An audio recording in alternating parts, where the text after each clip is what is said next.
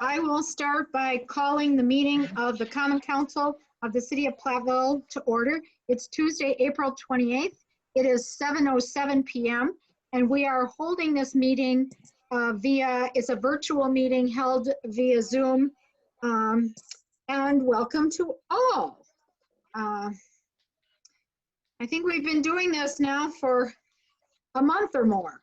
In fact, I believe it was March 24th that we did our first Zoom meeting as a council. So, roll call. Candace? I can't see you, but I know you're there. I'm gonna call the roll. Candace?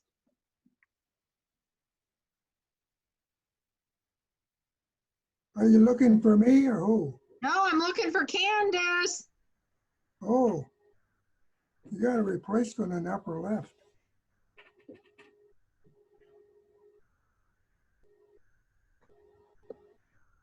She was on, but I'm not. She was on, but I don't see her now at all. Do you? No. She must have gotten knocked out. Yeah, because I don't see her at all.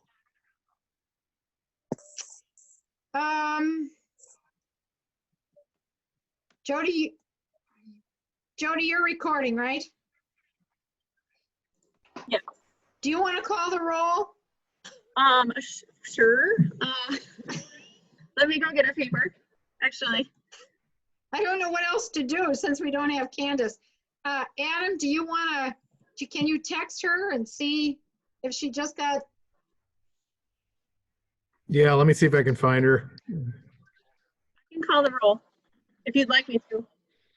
Go ahead. Okay. Barbara Doss, Here. Jason Arts, Here. Eileen Nichols, Here.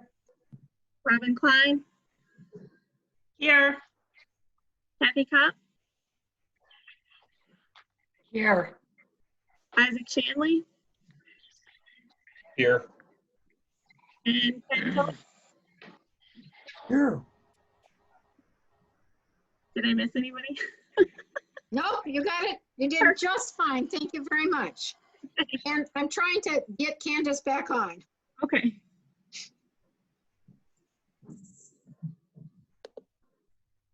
I don't know what happened to her. She's back. She's Here back. I am. There she is. Okay, All sorry right, about that. Okay, and we did call the roll and we're all here. Okay, So I think we're ready to move on, Candace, to public hearings. It's not okay, sounds good. Public hearings. Pardon? All set. I'm not sure if she's listening to me. Okay, and so we have two public hearings. The first is resolution 20-10, conditional use permit for 1100 East Mineral Street. And I believe we start with staff presentation, and I believe that's going to be Joe. That's correct. So this is an annual request from Iverson Construction. They operate an asphalt plant in the rock quarry, which is accessed off of Mineral Street. This is basically a similar request from, they do obviously annually, so it's been going since 1993. They kind of move around to different locations within the quarry itself, but otherwise the operations don't change from year to year. I think the only difference this year compared to previous years is there was some discussion at the Plan Commission level regarding the fact that now we have a bike trail, a paved bike trail that crosses the driveway that leads to that quarry. And so at the Plan Commission level, there was some discussion about the impacts of that, mostly safety concerns related to the trucks using that driveway. So that was kind of a new twist to the discussion. But otherwise, in years past, the only item that has really been raised as a concern was dust that came again from the driveway or the entrance driveway to the quarry. So years ago, they did solve that problem initially by paving that. Years ago, it was a gravel driveway, so they paved it. That took care of it for the most part. And then in years past, there was also some minor instances that popped up regarding dust. And so they take care of that through spraying when it gets dry, and that usually takes care of the problem. And we haven't had a complaint regarding that for several years. So it seems to be working what they're doing. But like I said, the new item was the concerns about the bike trail. So the recommendation again is for approval at the staff level and the planning commission level with the same conditions that previous years with one twist. So the conditions of approval would be that it expires at the end of the asphalt producing season. It shall apply only to subject property. The applicant provides dust control as needed along the driveway where it intersects with Mineral Street. And the new recommendation is that truck speed control in the driveway near the bike lane be included. And at the planning commission meeting, the applicant said that they would initially take the obvious approach is talk to the truck drivers to make sure that they're going at a more reasonable rate of speed. And then if needed, they'll also do some signage along there to alert the drivers of the location of the trail. And then, if they're kind of cutting the corners on that curve too fast, they could put some boulders at that location to make sure that they do not do that. So with those conditions, staff and the plan commission both recommend approval. Any questions? Okay, I'll go around. Jason, any questions of Joe? No questions. Robin, any questions? No questions. Ken Killian, any questions of Joe? No question. Kathy, any questions? No, Eileen, any questions? no questions. And Isaac, any questions? No questions. Okay, we'll go on. Applicant statement. So is this John? Do we have, Joe, do you know if we have somebody here from? I do not know for sure.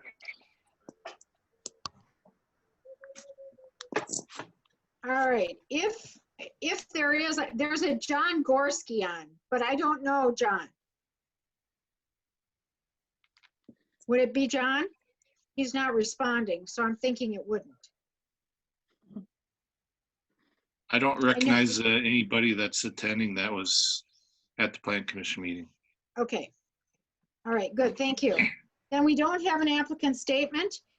Is there, I have had no registrations in the chat of anybody who wants to speak either in favor or against or in general. So then we would next have council discussion. Jason, anything you want to discuss about this? Nothing to discuss. Robin, anything to discuss about this? Rather minor, but I would maybe separate C into 2 points. Oh, do you hear me? I am on Yeah. mute. Shoot. No, we Can you hear me now? Yeah, Oh, we We can heard hear you. you. Oh, We heard I you was just- separate C okay. into two parts. C and D That's into- the- Yeah, Okay, that's all. all Minor. right, so no substantive change. Ken, any council discussion on this? What discussion? Kathy, anything? No, no, Nick, Eileen, no comments. and Isaac? No.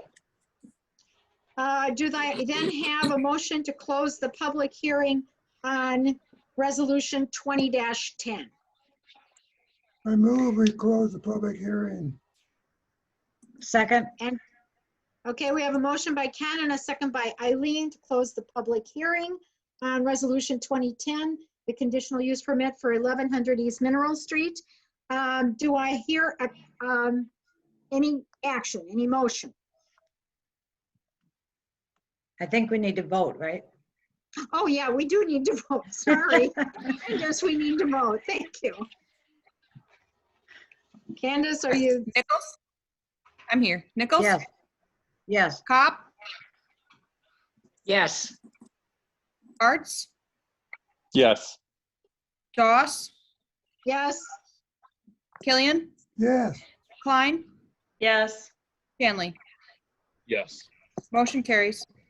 Now we'll have council action motion. Sorry about that.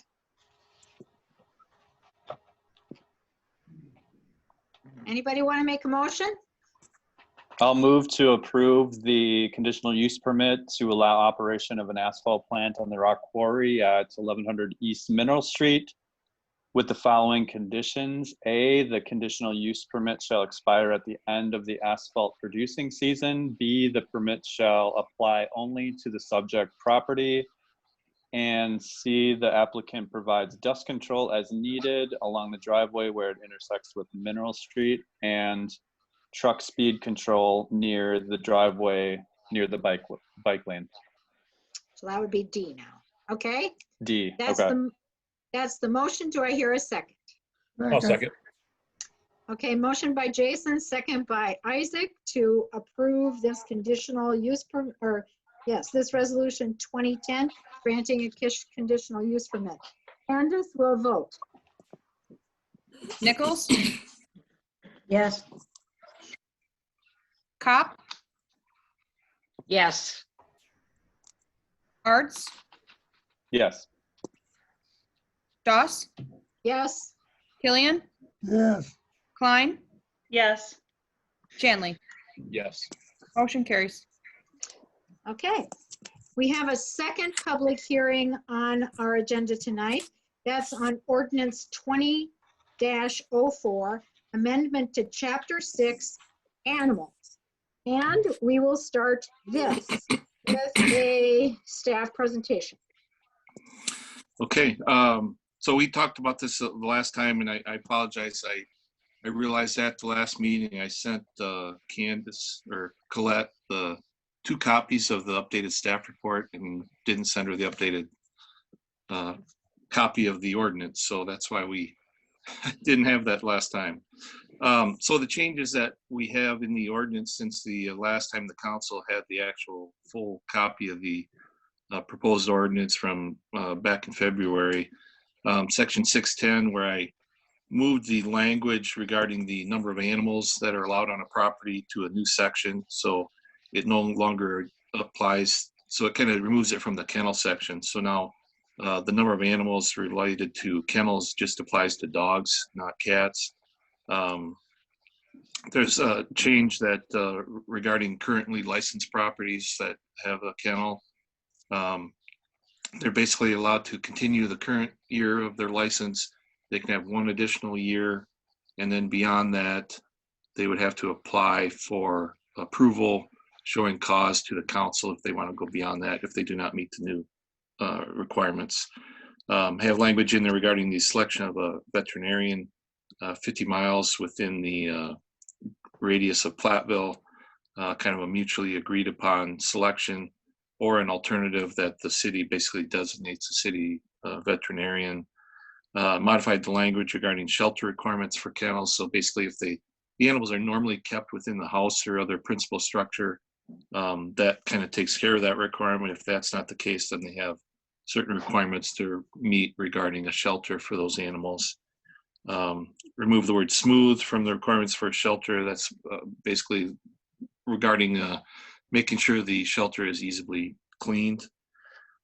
Since the last meeting, there's another item that kind of came up from a citizen comment regarding roosters. The proposed ordinance does not allow roosters within the city of Platteville. And there was a question whether that was too restrictive, I guess. So I did some additional research on other communities' ordinances, and I have to say it's very common for communities that have regulations regarding poultry to not allow roosters. But I did find some language that had other provisions in there. So I didn't include it in the typed portion of the ordinance itself, but at least I included in the staff report if council wants to consider it. Some other options that I found were roosters over the age of 4 months are not permitted. Any rooster that creates excessive noise prior to the stage shall be removed from the property. And basically they're getting at the point that basically when they're young enough, they do not start crowing yet. It's not an issue till they get a little older. So if they can get in there before that, it's really not an issue. And then the other option that I found was basically they have a specific license for properties that have roosters.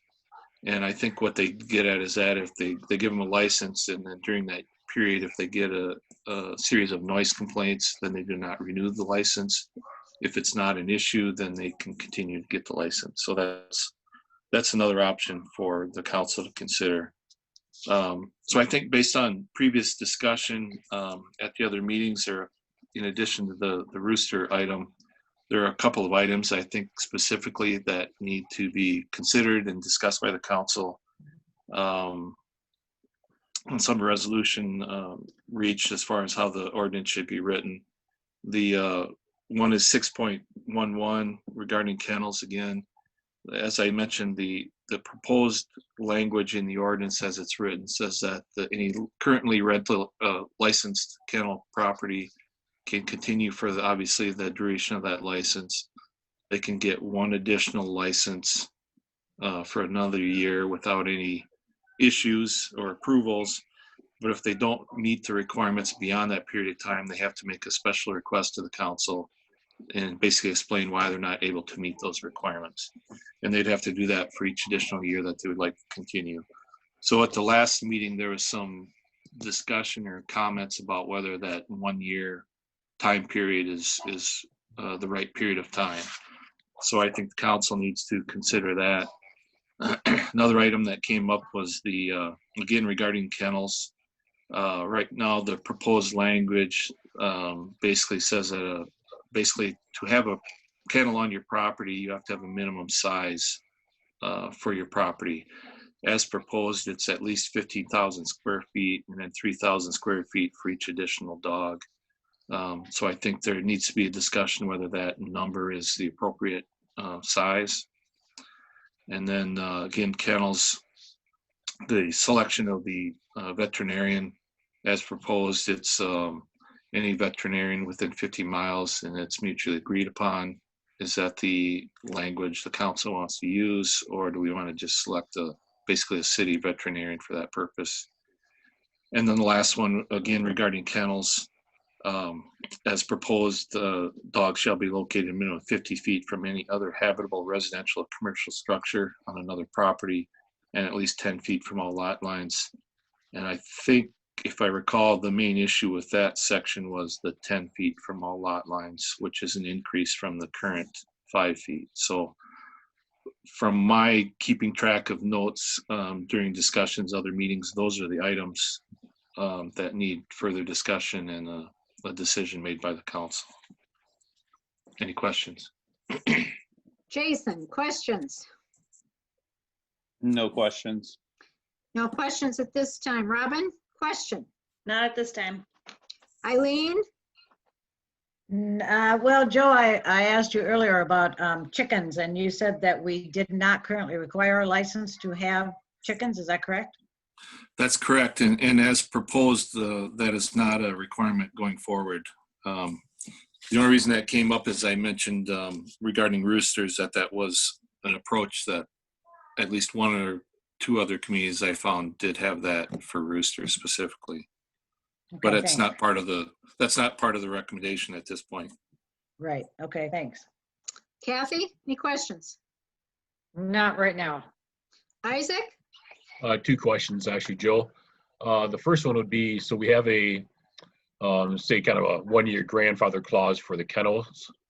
Would that also relate to other portions of the ordinance as well? So I was trying to think what we'd be talking about. Like the 15,000 feet? Is that what you're? No, nothing to do with, so if we, nothing to do with the dog kennel. So I'm trying to think of a different animal. The chicken coop requirements. Correct, there we go. So say if somebody else in a different portion of the ordinance has something that does not meet the current, would not meet the new regulations, would that fall in there as well then?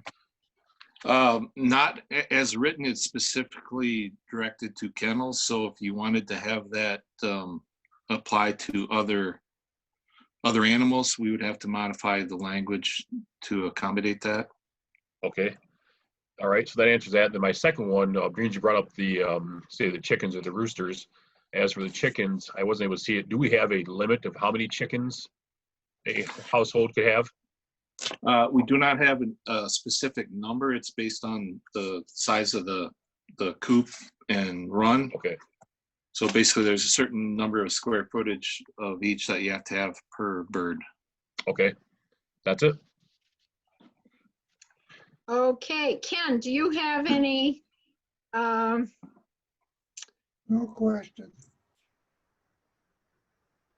no questions? And let's see. Did I miss anyone? I don't think so. I think I got everyone. Sorry, I had to let 2 more people into the meeting. All right, so we don't have an applicant. So we don't have an applicant statement to take. The only person that I see that has registered in the Zoom chat room, and I had suggested people register in the Zoom chat room if they wanted to speak. I have no public statements in favor of this ordinance. I have Dan Winch who wants to speak in opposition to the animal ordinance changes. So if I can find, or when I can find Dan, since we have multiple, I will unmute him. Dan, where'd you go? Oh, there you go. All right. Dan, I've tried to unmute. There you go. Okay, Dan, your address, and you had requested to speak in opposition to the animal ordinance. Dan Winch, 345 Bailey Avenue. So I'd like to remind the Common Council, since we are looking at doing a vote today on this, that this is an ordinance change that is being done without any study of the residents of Platteville, and no poll was done of the city of, the residents of the city of Platteville. So I know there are those out there who this would impact, but who are not going to come forward because it would put a target on their backs. So the only study that was done was a study of other cities, which is not relevant to the city of Platteville. The dogs and cats, there's the portion that says less than 8 dogs or cats. I'd like to address that portion because there are those who currently have that many or more. There are those who might consider having those or more in the future. And if we do limit, for example, the number of cats that are able to be adopted, that is going to have an impact on the number of animals that are put down in animal shelters. It will result in more animals being put down. It'll be harder for residents of Platteville to adopt pets, and it might cause some residents to give up pets that they are going to then potentially be put down, which is a bad thing in my opinion. The stricter kennel rules also might lead to those who would potentially adopt dogs not being able to do so, which again would lead to more dogs being put down. We are looking at removing these rights of Platteville residents to have cats specifically, and I don't believe there's been any discussion or complaints about the number of cats. So we're talking about removing the Platteville residents' rights to have cats without any benefit that I have seen or that I have been presented by City Council or City Hall or Common Council here. So I don't believe that we should be removing rights of people without having a justified and justifiable reason to do so. With regards to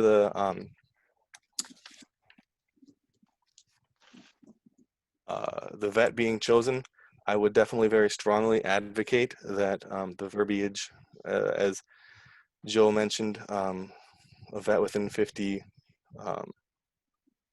miles or mutually agreed upon be the verbiage that's used.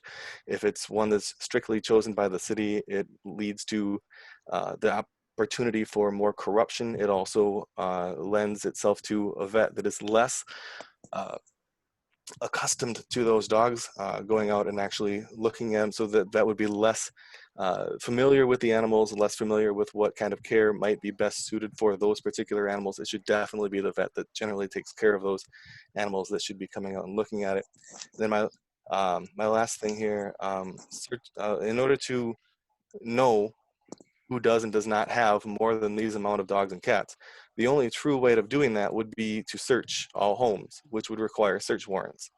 And in order to get search warrants, there has to be just cause. So if this law is passed as it is, it cannot be enforced equally, which means that it cannot be enforced legally, from my understanding. If you cannot enforce a law equally, you cannot enforce a law legally. And if we can't go into everyone's house and search how many cats and dogs they have, we can't enforce this law. And if we can't enforce it, well then why pass it in the first place? And so those are some thoughts that I had on this. I think that's all I have. Okay, and I have looked at the chat again, and there is no one else that has registered to speak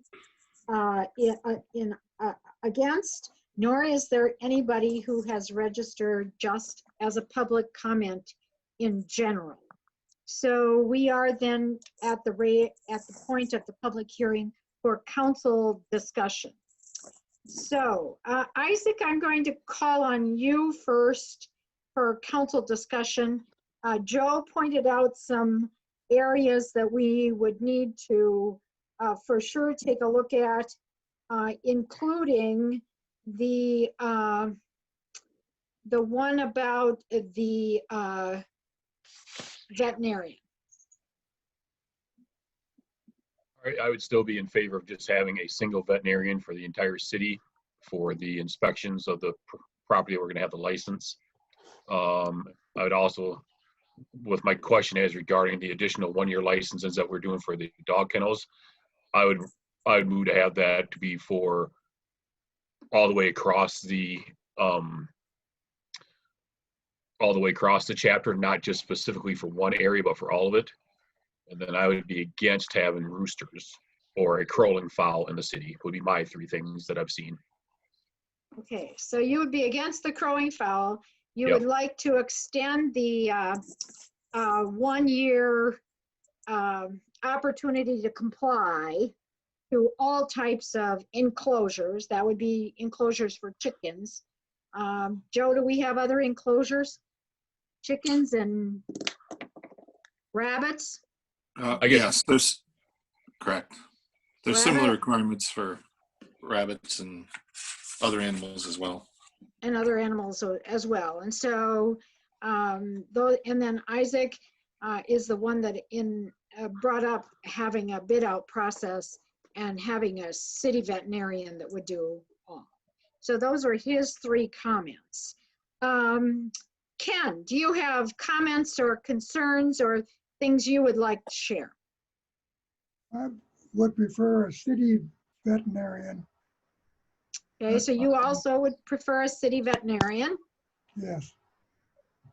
And do you have a feeling about compliance of other types of enclosures for other types of animals, in addition to, if my dog structure doesn't, right now it's the verbiage is that it's limited to dog kennels.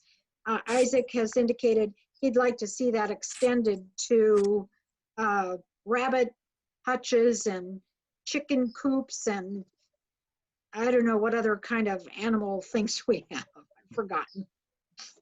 I Do you no have- addition. Pardon? I have no additions. Okay. Kathy? The only comment I really have is that I would agree with Isaac. I would prefer not to have roosters allowed. Okay, and that's the way the ordinance is currently written. Do you have any Right. feeling on the city veterinarian versus the mutually acceptable veterinarian? Again, I agree with Isaac. I think it would just be easier to have one. Okay, so crowing, and how about extending the opportunity to get into compliance on shelters to all animals that have shelters defined? I would agree with that. Okay. 1, 2, 3. Eileen, do you have comments? Yes, I agree with having the city veterinarian be the veterinarian that is used for all inspections. I think that makes it more equal rather than changing off the veterinarian that goes to one house versus another. So yes, I would be in favor of that. I can go along with no roosters, although I would be happy to allow a rooster. So, but if the rest of the council is not interested, that's fine. And I would also go along with the 1-year extension for all current coops or rabbit hutches. My only question to Joe then is, I know that we inspect kennels. Do we also inspect chicken coops and rabbit hutches? How do we don't license them, so I don't know how at the end of a year you would say you can't do it any longer. Right, that would be the difference is right now kennels would be the only thing that we license, so that's the only thing that we inspect. So I guess the other items would be as if there is an issue and we have to do an investigation of a property and to find out it's not conformance, then they would have time to come into compliance, but otherwise we would not do we typically do not do an inspection of those properties. Okay, and if I may ask one other question, Barb, in Joe's notes, he also mentioned about the size of the lot for a kennel. Yep, And I don't we're think gonna we have just- to, there's we're two gonna- items we're yet gonna- that we're okay, gonna have we're to gonna come back discuss- to. Okay, good, all right, Yep, 2 items we'll have to come back to. okay. Robin? So the vet, Eileen said city designated vet. Is that what we're referring to as like the contract for runaways and strays? And can we just use the same language or something that defines that position? And so I would be for a consistent vet as well. The question about kind of the language about a 1-year extension, I'm wondering if that should also somehow be extended to the number of animals that they have. So you kind of switch to referring to just structures, but maybe a 1-year compliance window for any changes that are within the ordinance. And then roosters, I think the language used to just be crowing or a nuisance, and I was in favor of that. I happened to have a rooster for a long time that was beautiful, and I was ignorantly thinking that he was a she, but then he started crowing, and I knew I had to get rid of him. But there are some breeds that are very quiet, and I don't know that it's necessary. You know, if you're just getting a flock that's not sexed and you happen to have a rooster in there and it's not a nuisance, I don't know that I like the idea of forcing it out unless it's noisy. So just dropping that last sentence, I think still allows for restricting the noise without it having to be specific to the rooster. So are you saying no crowing fowl? Yeah, I think the first sentence just says excessive noise or something to that effect. So no crowing is fine, but I think specifying rooster is not necessary in my opinion. Thought there was one other thing. That's all I have for now, I guess. Jason?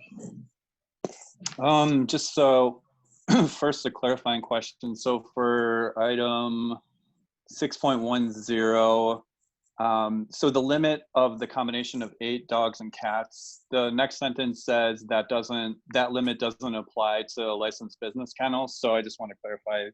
So then a licensed business kennel wouldn't have a limit in terms of animals? Correct. So the business kennel, it's so many square feet per animal. So the size of the property dictates the number of animals. Okay. All right. I am in favor of the city veterinarian as well. And let me see. I'm okay with going along with what Robin said for removing roosters and just making it crowing fowl. And then what was the other one was all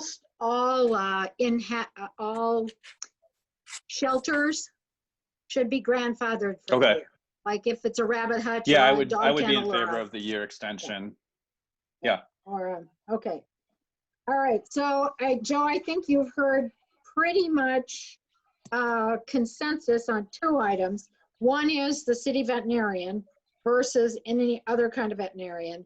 And the second that I think that you heard consistency on was giving all types of shelters for chickens and rabbits or anybody that 1 year time frame to get to comply. I don't think we have two people yet who the whole rooster thing is a problem for. We've gone from roosters to crowing fowl are not allowed. You could have a rooster, but it couldn't crow. And if it did, then you'd have to get rid of the rooster. Is that what I'm hearing you say, Robin? Well, to be clear, a hen will crow too. It's more about how loud and how often, and if there's complaints about it, I guess. But recognizing that it's consistently crowing, yes. I think it manages a noisy, obnoxious bird with the verbiage of the first sentence. Well, that's the verbiage of, this is a very standard requirement found in the majority of other cities' ordinances. This is not language in our ordinance. Our language originally did have that, the crowing piece. It's been added, the rooster's been added in this retake, the revamp of it, so. Joe, what was the original language in terms of crowing? Original language, like as exists on the books now, we don't have anything.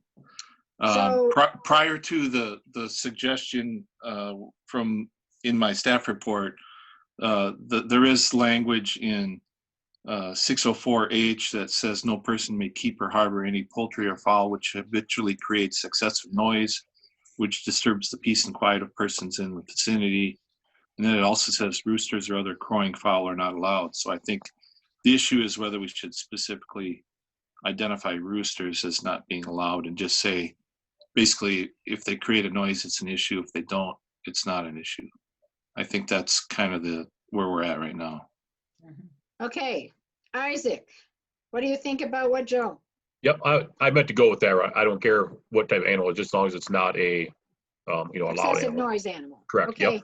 Kathy? I'm in agreement. Ken?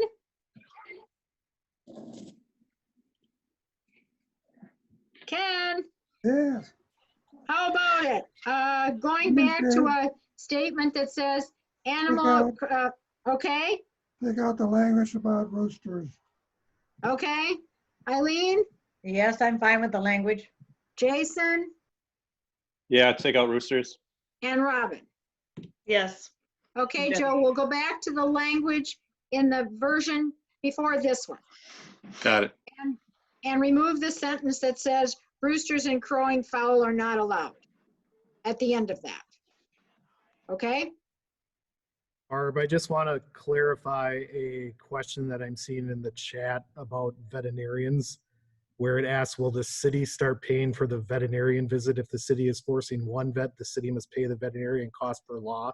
Obviously, whatever ordinance is adopted tonight, it is always reviewed by our legal counsel to ensure that it is in compliance. My initial thought to that right now is I would consider it the same as when you are required to get a dog license for the city, you are required to ensure that all vaccinations are up to date and it's a vet visit, and the city does not pay for that vet visit. So my initial thought would be that no, the city would not be paying for it, and it would be similar to just as you have to get a dog license, it is the requirement of the owner to ensure that it is up to, you are getting the vaccinations and the vet and everything like that. But again, obviously this would be something that no matter what is passed does go through a legal review. I just wanted to make sure that comment was answered and clarified. Okay, thank you for keeping track of the chat. All right, there are two areas yet then that we need to discuss. One is determining about setbacks, 611, parent A, parent 5.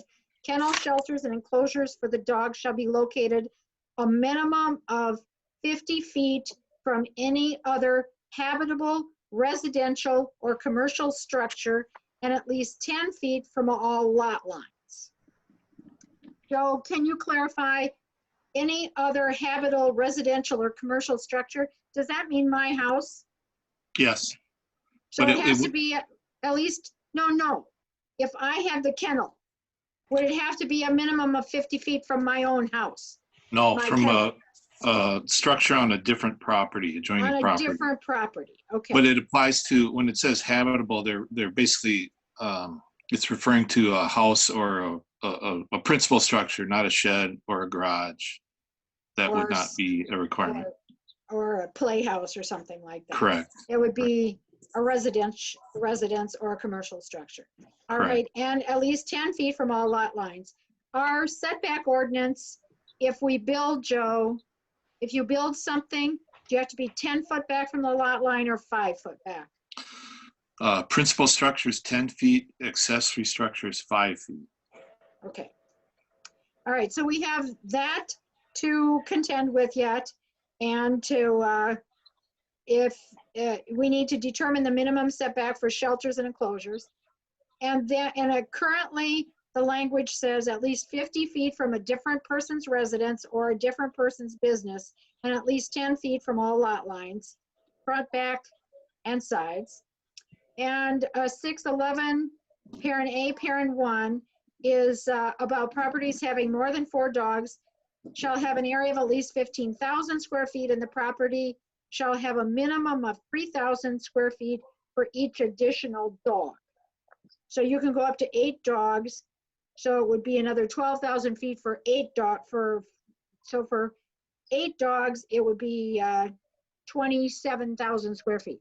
Am I right? 3 times 4? Correct. Right. Okay. All right, so now these are the 2 things we have to talk about. The minimum, the area, square feet for 4 dogs, and what additional for additional dogs. And then kennel shelters and enclosures for dogs, how far back from another residence or commercial structure, and how far from the lot line. Isaac, I think we'll start with you again. I agree with what the changes on the, on the ordinance would be. So I agree with both of them. You agree with the 15 and 3, and with the 50 and the 10? Correct. Okay. Kathy? I agree with that. Ken? I agree with it. Eileen? Yes, I agree. Robin? I think I missed when the 10 feet got chosen, what the reason was from upping it from 5. Was that like a copy out of a different ordinance, or was it something that we were specifically considering? I don't recall exactly, but I remember when we had the initial discussion, it was either at the staff level or initial plan commission, there was just concern about, I think, barking dogs, how close they were to another property. So that was part of the review I had with other ordinances. And of course, they're all over the place, but there was enough of them that were farther away that I recommended increasing it. There's nothing really substantial to why it's 10, other than it was increased from what we had previously. Okay, thank you. I don't know that I'm super comfortable with both of those things, but I don't think I'm pushing to change them. So I'll leave it. Jason? I'll agree with what's written. Okay, because Robin, I would have agreed with you. That's why I asked about our ordinance relative to the side, 5 feet and 10 feet. But I can go like it is. Well, I think, Joe, do we have other things we need to discuss? I think we touched all the ones that I thought were pertinent as far as based on previous discussion, what needed to be discussed further. Okay. I think everything else, there really hasn't been any concerns raised. Okay, so then we know that we're gonna, so you know what, we don't have the final language for this. It's okay to move on I think to move on what we have, which I've now lost in my, it's really hard to read these things on a phone. There we go. Okay, so we have then discussed and decided that we'll go back to the last version of the stuff about excessive noise, 6.04 parent H. It'll be about excessive noise with fowl rather than roosters and other crowing fowl are not allowed. All right, that's one change it'll be. The next one would be the council would extend the idea of complying with the new requirements to all types of animal enclosures. The third will be, we'll leave the property, minimum property areas as proposed, 15,000 and 3,000 for each additional dog. We will change to having a city veterinarian, and we will leave the setbacks as they are, 50 feet from any habitable residence or commercial structure and 10 feet from lot lines. So it appears that those were the 5 areas that we needed to discuss and decide. So with that end of the council discuss, is there anything else in this ordinance you want to discuss? Jason? Nothing further? Robin? No. Eileen? No. Kathy? Well, being new to all this, I do have a question. I'm trying to find exactly where it talks about snakes. How is that by, I'm not a fan, but how is that regulated only if you get a complaint or? I'm guessing that would be the case. If for some reason Okay. probably what would happen, because it has happened before, is that the snake gets out and they figure out who it belongs to and it exceeds that disc length, that they would not be allowed to keep it, would be my guess. Okay. Is what would happen. I distinctly remember 2 times that happening some years ago, but that was my question. So obviously, doesn't need to be inspected. Okay. Okay. No, I'm good. Yep, we don't license snakes, but it would be kind of cute to see something hanging around their neck. No, No. thank you. No, thank you. Okay, thanks, Kathy. Isaac, any other thing? Nope. Ken, any other thing on this ordinance? No, Okay. With that, the council discussion is done. Do I hear a motion to close the public hearing? I'll make a said motion. I'll second. Okay, we have a motion by Isaac, a second by Kathy to close the public hearing. And Candace, we will vote. Nichols, Yes. Cop, Yes. Arts, Yes. Doss, Yes. Killian, yes, Klein, Yes. Stanley. Yes. Motion carries. Okay. And now we would, I would ask if there's a motion to act on this ordinance amendment to 20-04. Amendment to chapter 6. I'd make a motion to approve the revisions of chapter 6 with the last 5 items that we discussed as you explained it, Barb. Okay, we have a motion. Second.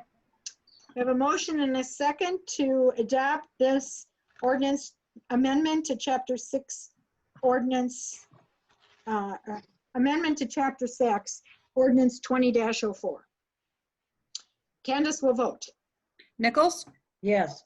Cop, Yes. Arts, Yes. Doss, Yes. Killian, yes, Klein, Yes. Stanley. Yes. Motion carries. And I do want to respond to Teresa. Adam, did you see that in the group Zoom? Roosters are now not banned, just crowing is noisy fowl are banned. Teresa. So it appears that we don't need to put an age limit on roosters, but thanks for bringing that up. Okay, that takes care of our public hearings. Now we'll go on to consideration of the consent calendar. The following items may be approved on a single motion or vote due to their routine nature. Indicate if you would like separate discussion.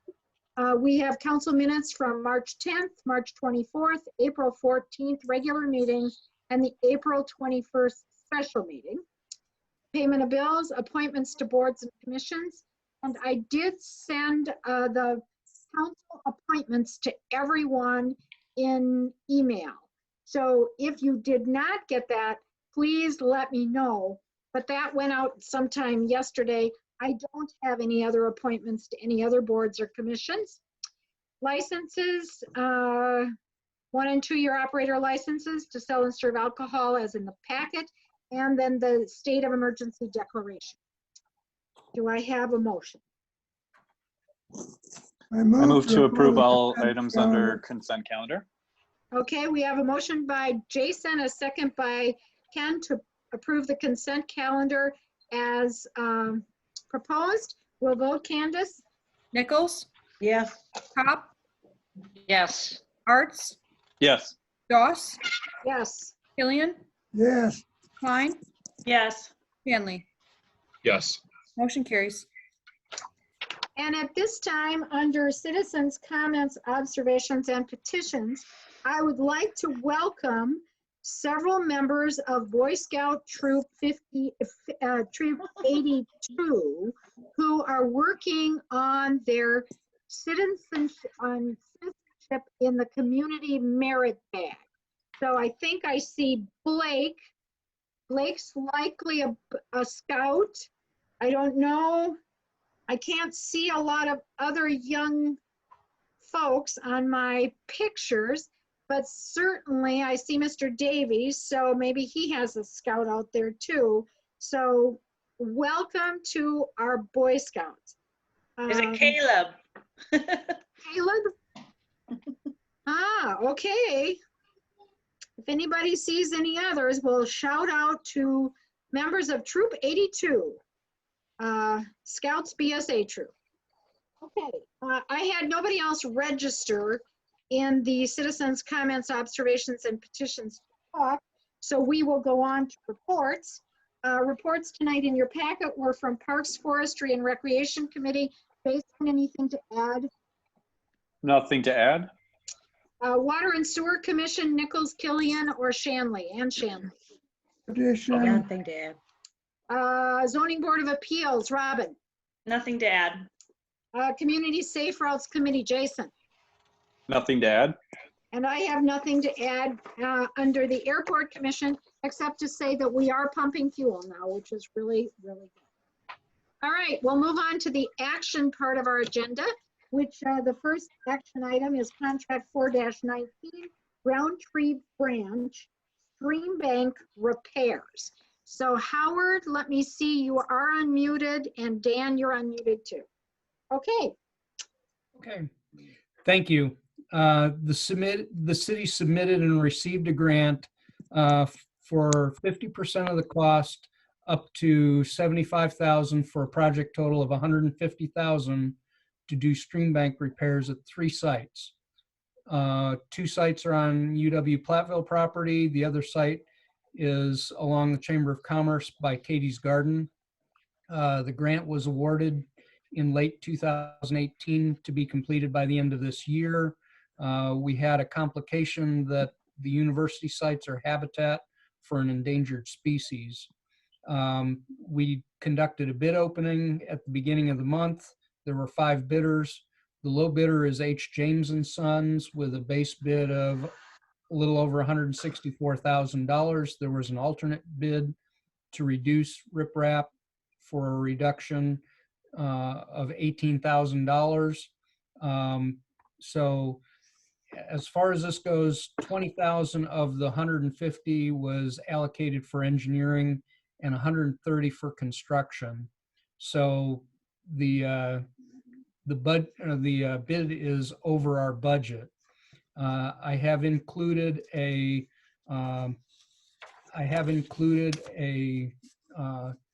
spreadsheet that talks about where the revenues come from, showing how the DNR grant is apportioned and the portions from UW Platteville and the city.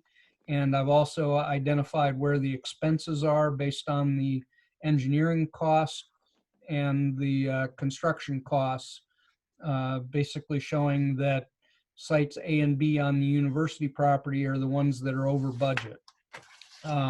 What our recommendation is that we go ahead and award the contract with the alternate A, and then upon award, we would do a change order to reduce the scope for sites A and B on the university property, as we've agreed to with the university. Okay, questions of Howard. First of all, Howard, thank you very much for providing the chart. It was much easier for me to figure it out. Much easier for me to see that.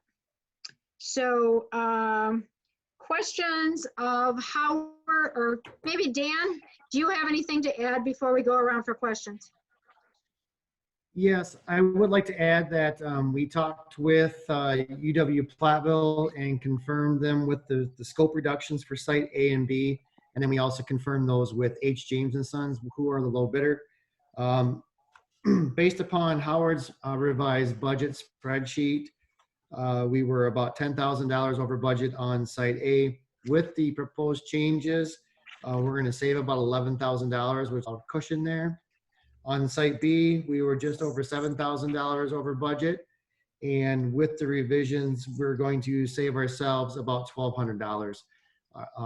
So hopefully the contractor will be able to follow the plans and keep the project within our unit quantities and in budget. Okay, so now we will go around. Jason, any questions of either Howard or Dan on this stream bank stabilization? No additional questions. Robin? No questions. Eileen? No questions. Isaac? A couple questions for Dan. So Dan, when you were speaking, when you're talking with site A, so that looks like with the revisions, you said that we would be within the budget amount.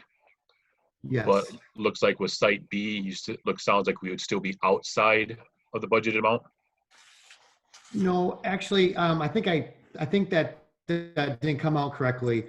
Right now, we're about $7,300 over budget. And by doing the reductions, we're going to save or reduce the project by $8,500. So it'll be $1,200 under budget then. Under budget, okay. I think you may have said you'd still be over budget, so, okay. So both projects with the reductions, we would be under the budget then. Is that right, Correct. Dan? Both would, okay, good. Yeah, it's so much easier to see in this chart. Any other questions, Isaac? Nope, that's it. Ken, any questions? No question. It's not. Just a minute, Kathy. Ken, any Okay. questions? No question. Kathy?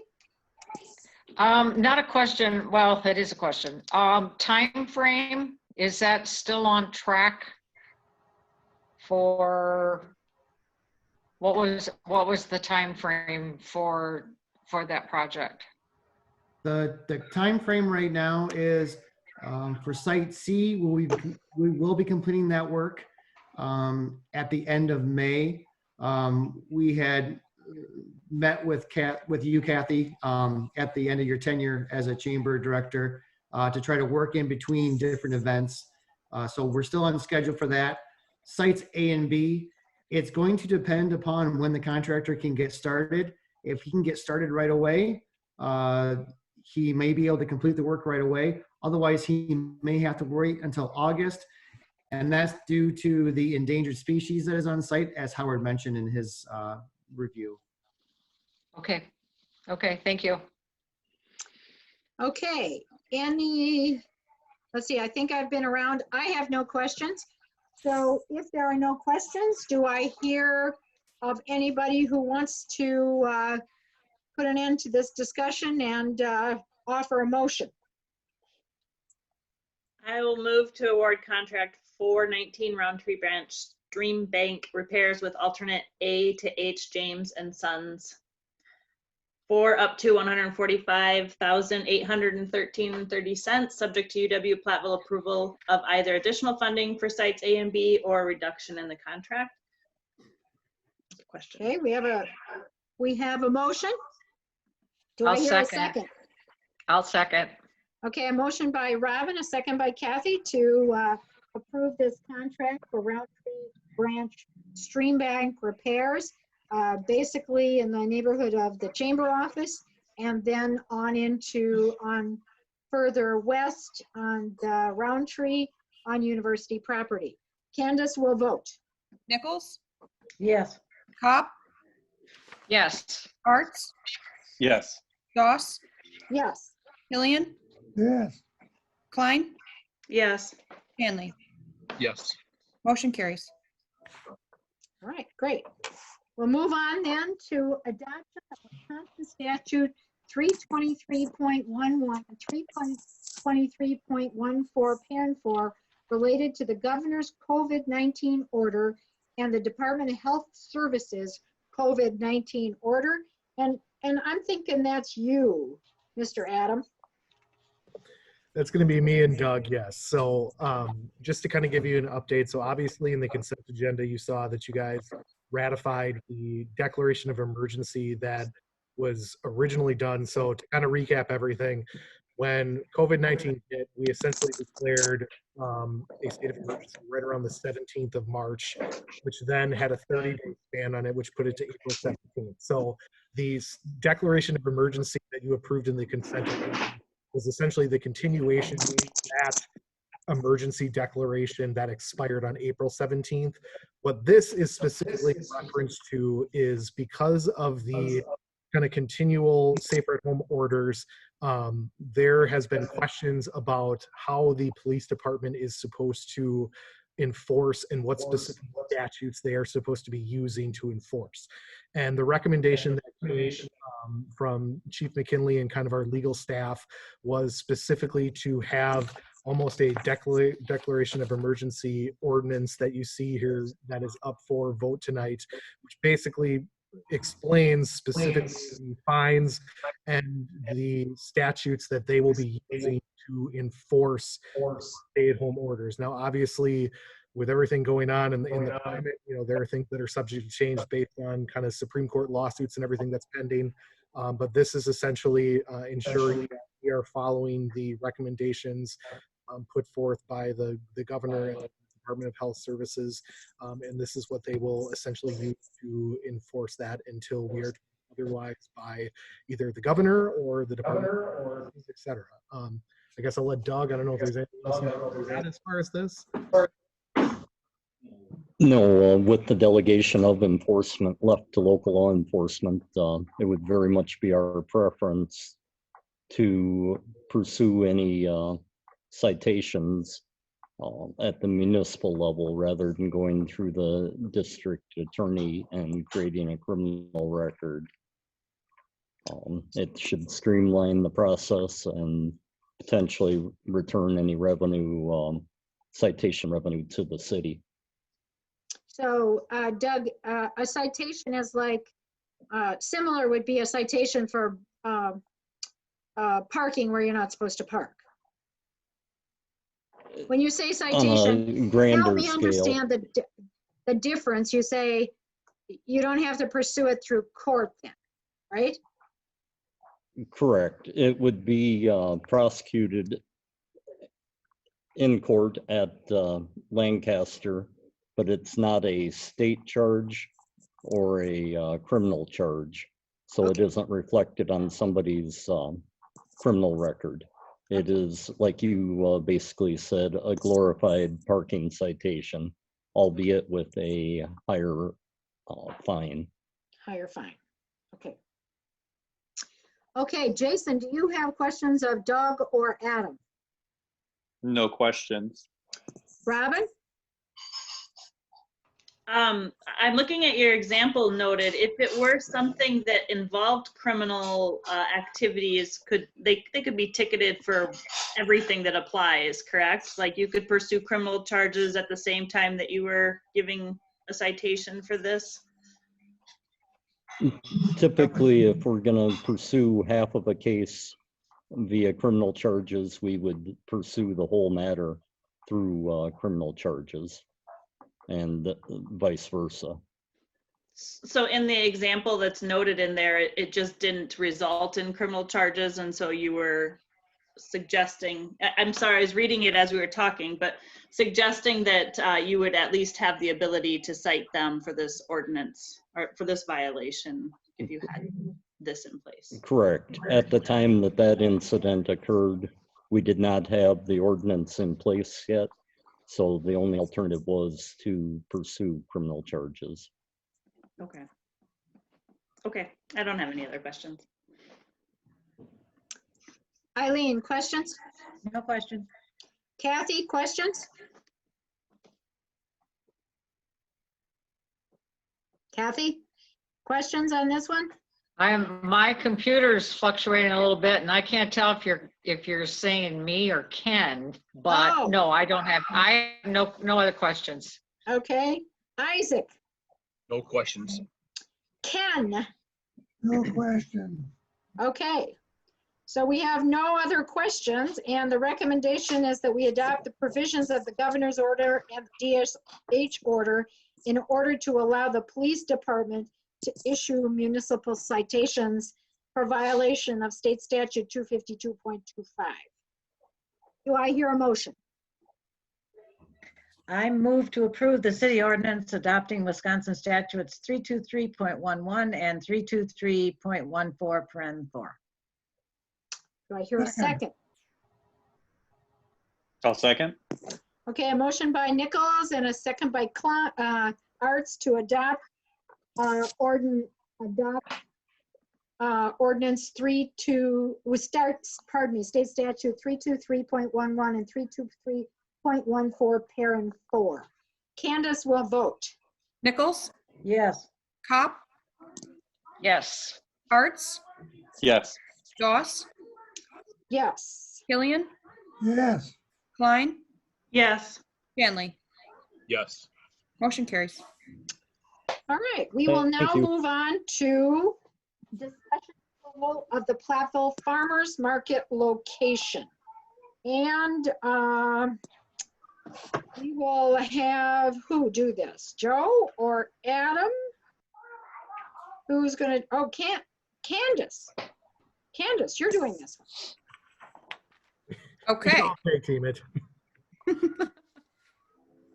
Basically, we met with Jenna Phillips from the Platteville Farmers Market, and we kind of discussed various locations that the Platteville Farmers Market could move to. The general consensus is they'd like to have it within City Park, with the alternative being Bonson Street if the park didn't work out, whether there was already some sort of event going on in the park, which there are various ones throughout the summer, or if there was a big rain event that kept them from being able to have it in the park.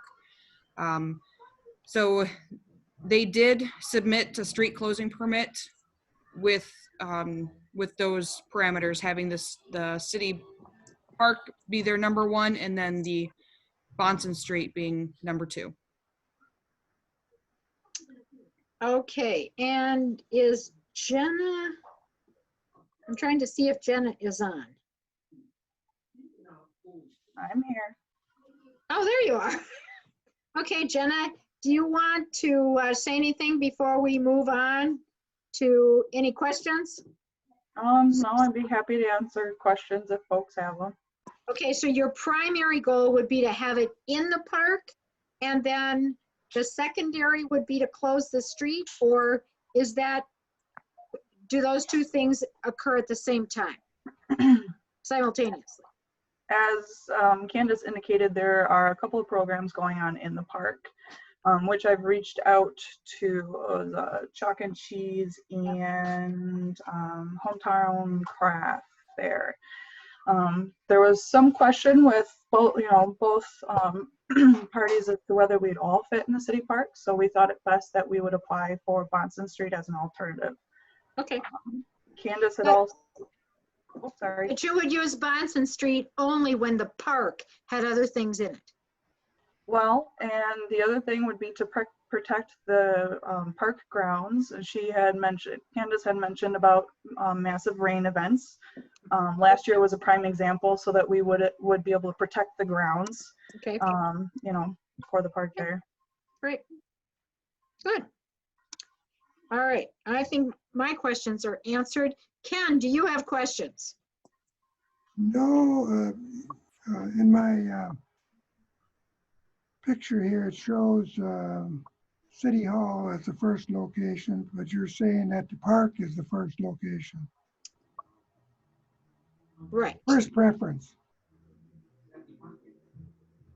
Did you get that? Yep, that is correct, Ken. So the first place they would be using would obviously be the park, and then potentially, depending on if there's kind of, as Jen indicated, if there's something else going on that day as well, where there's multiple people in the park, there could be the potential that they would move to Bonson Street in front of, you know, City Hall, but otherwise the primary location they would try to use for the most part is the park. Okay. Okay. Thank you. All right. Isaac, do you have questions? I don't have a question, but I would have a comment. I'd like to actually see the instead of using the park first and then Bonson Street as a second backup, I would like to see actually just be combined as a one time. So as like right now, use the park and Bonson and East Mineral from 4th and over. So you're not always, well, we're going to use it this time, not this time. Let's just have it as always, have it on Bonson Street and the park. So it's every time it would be closed. So basically it'd be Bonson Street from Main Street until Furnace Street, and then Mineral Street from 4th over until Bonson would be closed every Saturday, including also the use of the park instead of one or the other. If that makes sense. I think it would only go to the corner. I think you'd still be able to turn in off Furnace on Bonson and then go around the corner in front of the church. Okay, to Market Street there then. Is Yep. that right, Jenna? It went only as, No. On the permit, I wrote down Bonson Street from Market to the southwest corner of City Hall. So that would allow Irving to be open and the alleyway behind Cutting Ups to be open. So go all the way to Market. Furnace Street would be closed to 4th, mainly for protection of rogue vehicles and such, which we've had in the past. I guess as a short, my thing would just be to whatever she has on there instead of having an alternative is to have it at the same time. just to assume that it's closed all the time. Correct. Okay. All right.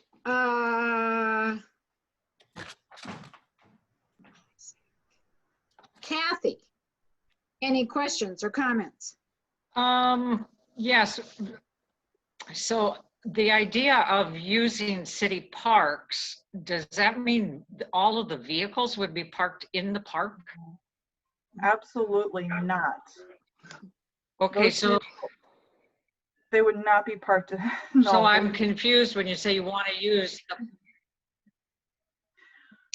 Their okay, tents would I'm be, just confused when you say you want to use the park. Would be like you would back the vehicle up on Bonson Street and people could access the market from the park side? No, we're ditching the vehicles altogether. One, because COVID requires it for DHS right now for farmers market, and two, it would just not work with the park. We cannot have vehicles on the park. It does not protect the grounds and the monuments that are there. In general, farmers markets look much better without vehicles, and it also allows us more space. But no, vehicles would not be participating in the farmers market right now, specifically due to the DHS requirements for COVID. But then in general, the thought is to get rid of the vehicles for vendors to allow for more space for folks in general. So vendors, Kathy, would move their items out of their vehicles or their trailers into a tent or a shelter or whatever you want to call it that would be located in the park, much like when there's an art fair. Yes. Correct. Okay. I was going to, so then the vehicles would be, so to you, Isaac, you were mentioning using the park as well as the Bonson and Mineral Street area. I'm a little confused as to really how that would work. I guess I can understand wanting to have the shade in the park, but who would make the call if it was too wet to use the park? I would. I'm sure Jenna would be in consultation with Luke at the city because Luke is in charge of parks. So, right. I mean, yeah, but I think that they would work together on. The conversation we kind of discussed when we met was, you know, for every kind of farmer's market, you know, Bonson Street essentially and then Mineral would be closed so that then all of the vendors could essentially load in. You know, they wouldn't be able to go on the park, but then they would be able to unload their stuff.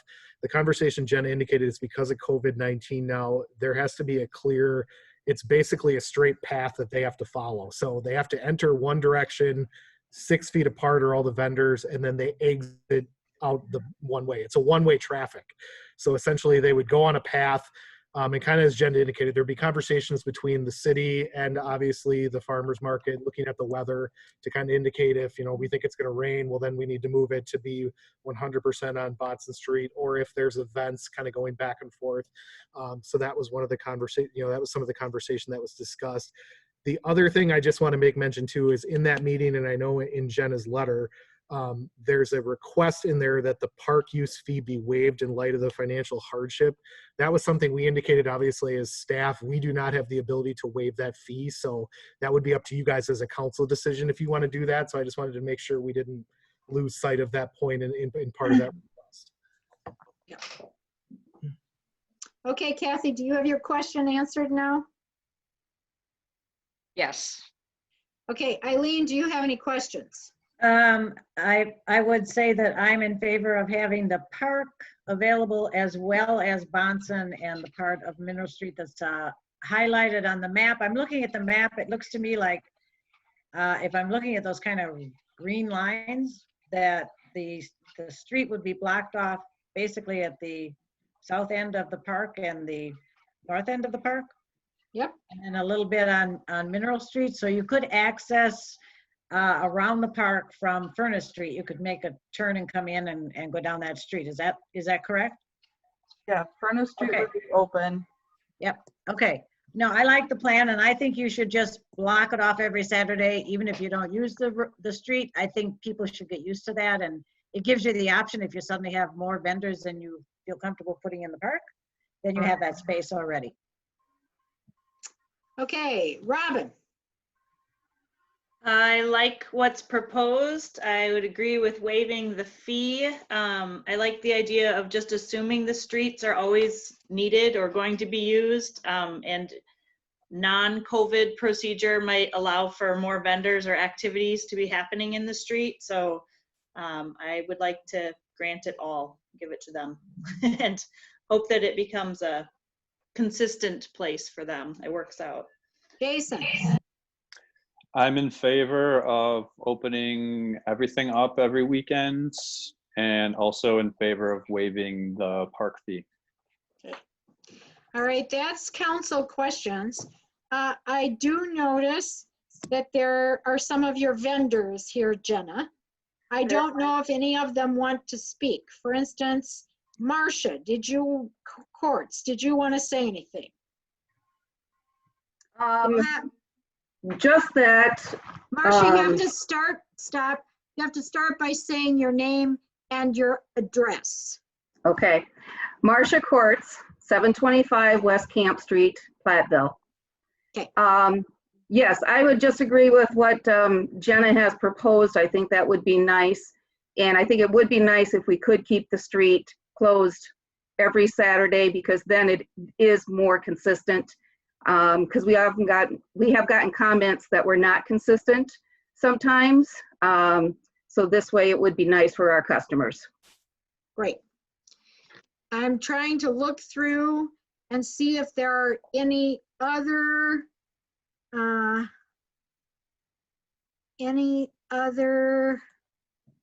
people from the farmer's market. Jenna, there's a C. Phillips on. And a Miller. Should be a Teresa Straka. A what? Teresa Straka. Teresa was here about chickens. I don't see Teresa now. She's there. Is she there? There. There it is. I'm here. All right, Teresa, did you want to say anything? I just had a question about the bathroom facilities for the vendors. Okay, just a minute. You have to identify your first name and last name and address. Teresa Straka, 845 Glen Road. Candace, did you get that? No. Teresa Straka, 845 Badland Road, Platteville. Okay, and now your question is about bathrooms for the vendors. Adam. Adam, the bathroom question is going to be your question. Yeah, so as of right now with COVID-19, we are not allowed to have the bathrooms open. Essentially, that is something after we get past the kind of city hall no longer being closed or get better direction on that, then we could discuss whether or not we would be able to have the bathrooms open. Can we use the garage to store our signs and barricades? Oh.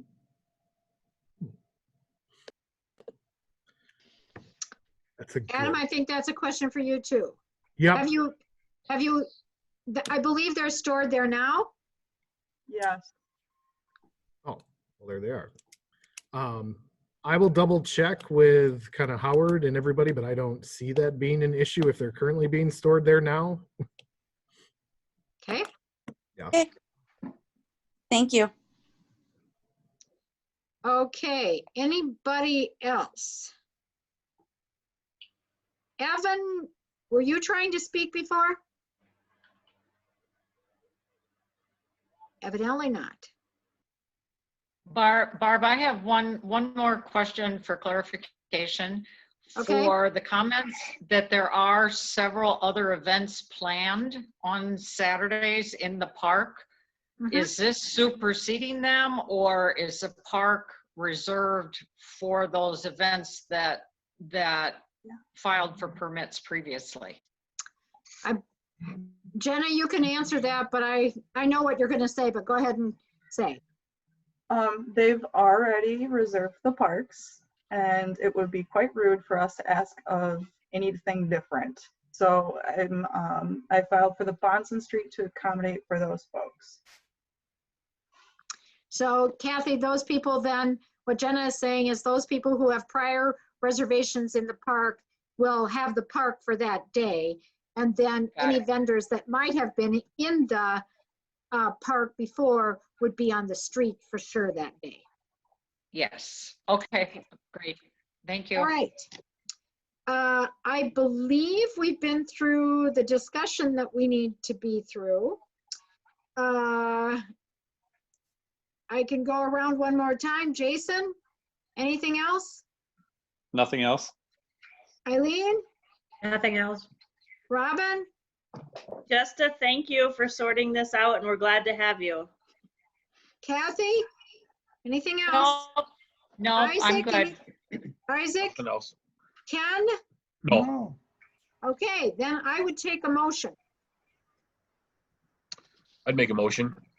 I'd make a motion to approve the street closing permit for the Platteville Farmers Market year 2020 for the street closing application with the map, but to have Bonson Street from Market Street to Irving Place. Irvin, and then from East Mineral from 4th Street open or close every Saturday, not just as an alternative.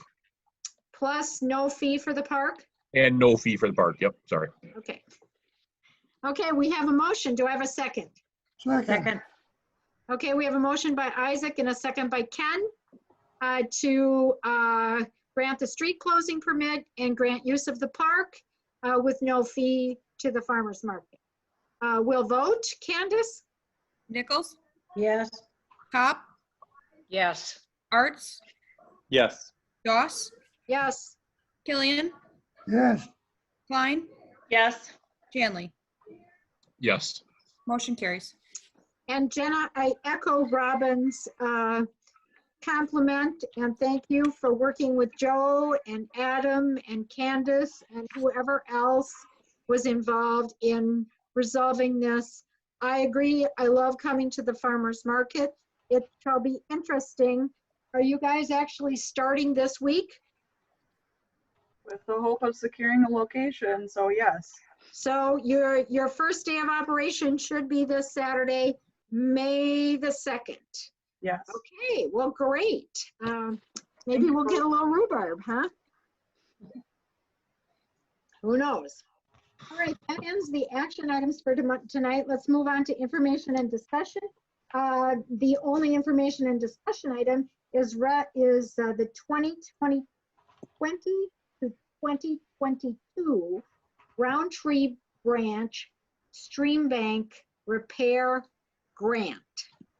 I think I got that down. So Howard, is that you? Yes, it is. And Bob Hundhausen, is that you? I know of, Oh, okay. And resin. but I'm definitely interested. There we go. I knew that. I think, Bob, are you the chair of PCA right now? I'm the president, yes. Okay. All right, Howard. Okay, thank you. We have the opportunity during every even year to apply for grants. Earlier, we approved the contract for the last grant that we applied for in 2018. So we're looking at a new round of grants. The maximum award is $150,000 matching grant towards $300,000 worth of projects.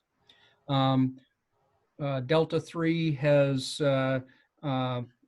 7 locations that they've identified. We've got an overview map showing generally where those are and then specific maps to talk about them. Site 1 is basically between the Chestnut Street Bridge and the Business 151 Bridge along the Delta 3 area there. Site 2 is by the pedestrian bridge between Country Kitchen and Super 8, all the way up to and including the fishing pier that's there. Site 3 is between Country Kitchen and Taco Bell. Site 4 is on Valley Road across from the water plant. Site 5, Valley Road across from the street department garage. Site 6 would be on and under the East Mineral Street Bridge. And Site 7 are 2 small little oxbow segments out just beyond the J&M Bridge. And so if we were to do all of these, the total estimated cost was over $450,000. So we're going to need to cut that back. So what I'm hoping from you folks is primarily what you feel comfortable with. Do you want to submit a grant for the full $150,000, total $300,000? Do you feel comfortable for less than that? Do you have any specific locations, any of these specific sites that you think are more worthy than others? Things of that nature. I'll turn it over to Dan to see if he's got anything that he wants to add. when we went through and looked at these different sites, I think you can say that these 7 sites are 7 of the worst areas along this segment of the Roundtree Branch. But I think you could add numerous other locations if someone had, you know, a specific concern. So just because we have these 7 sites identified doesn't mean there's other issues along the trail. In Howard's staff note, he mentioned that in odd years, which would be next year to 2021, they have a planning grant as well. And Howard and I discussed about potentially looking at applying for that to come up with maybe a master plan as well for the Roundtree Branch. These 7 projects identify some of the worst areas, but maybe doing a planning grant to identify a long range plan so that we're not just fixing things, maybe we permanently fix some areas as well. And I think Howard and I have talked that, you know, some of the areas that are the most critical, in our opinion, is our Site 2, which is the pedestrian bridge crossing behind Country Kitchen. Site number 4, which is adjacent to Valley Road by the water plant. And Site 6, which is underneath the East Mineral Street bridge. With Site 6, that one being an interesting one, is not as much of the stream bank having issues with erosion. There is some erosion there, but more about that the water gets trapped on the trail there all the time. And after nearly every storm where the stream rises, there's mud over top of the path. So just kind of there is some stream bank repair that needs to be done there, but it's more about just trying to grade that area to prevent that mud from sitting on top of the trail all the time.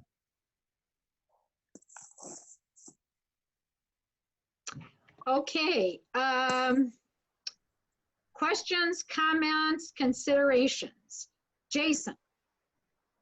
So just to review, out of the 7, the main ones, the worst ones are 2, 4, and 6. Those are the top 3. Yeah, Okay, so 2, 4, and 6 are the top out of the 7. Yes. Okay. Yeah, that's the only question that I have right now. Okay. Eileen? Well, you mentioned the planning grant. So if we were to, first of all, what's the amount on a planning grant? I assume there's matching like there would be in this one. And then if we decide to do that, does that mean we do not do this grant for this year, 2022? Are you saying we would wait and do the planning grant and then come back to these 6 projects? We can do both. You can do both. Okay, so we could do these projects and still go for the planning grant next year. Yes. I'm not sure what the maximum planning grant is. It's $85,000 match, so you could do a $170,000 total project for planning, that's a lot of planning. But you'd have to come up with $85,000 to do it. Correct. And in this case, you have to come up with you have to come up with 75 in this case, Howard, because it's 100. No, the maximum for construction is a $300,000 project, or 150,000 on each side. On each side, okay. The 3 projects as listed would be less than that 300,000 if those were the ones selected. Okay. Looks like it'd be 262,815. Correct. But yeah.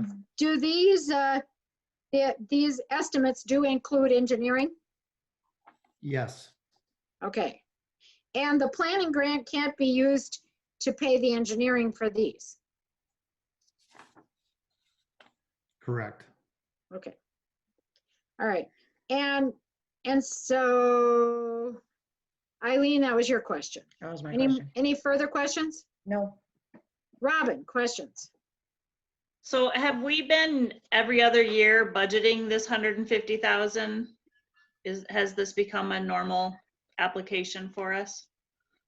Or where are these funds coming from? Is this a new?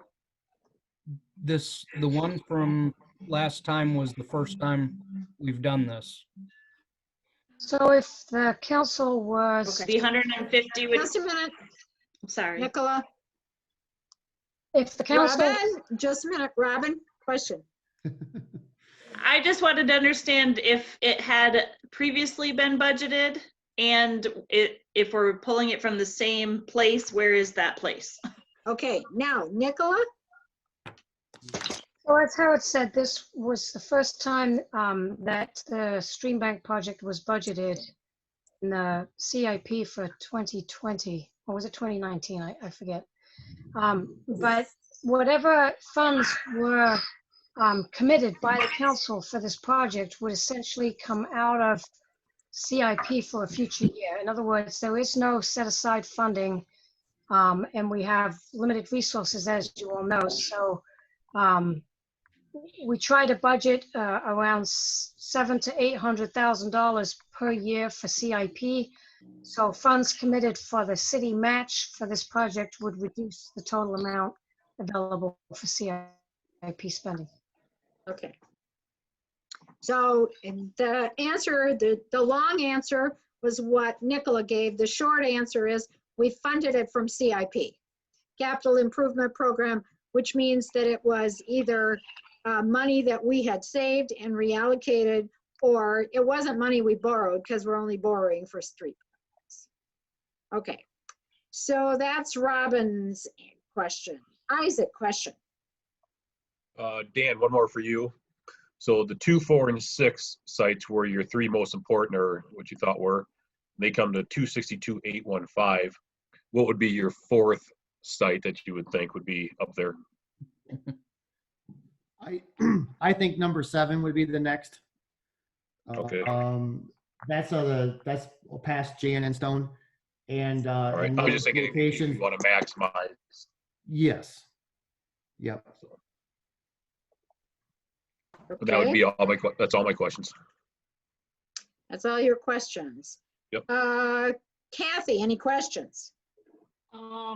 Yeah, I for the most part, the question was answered because I had mine was, where does that money come from? So the grant is, when you apply for the grant, what is the turnaround time to find out? Last time we did this, they turned that around late fall, is the way I remember it. Right around the time when we would have done the 2019, put the 2019 budget to bed, but it's available for 2 different years. So that's why we're actually doing it this year instead of in 2019. Okay, so it would be hopeful that we would hear about the grant in time to be preparing the budget. These would be, isn't it true, Howard, that these monies would be budgeted in 2022? We would likely budget it from our CIP for 2022, right? Just for the timing involved. Okay. But it could, if we fast tracked it, it could be for 21 if we wanted to. Except if we're talking about a planning grant and applying for that, I think it's highly unlikely we're going to have 235,000, 85K for a planning grant, and another 150K for stream bank stabilization. So very true. If there's a real desire to go with the planning grant too, then it will definitely have to be 2022. Jason, any questions? No further questions. Have I made it around? I have a question. Okay, Ken?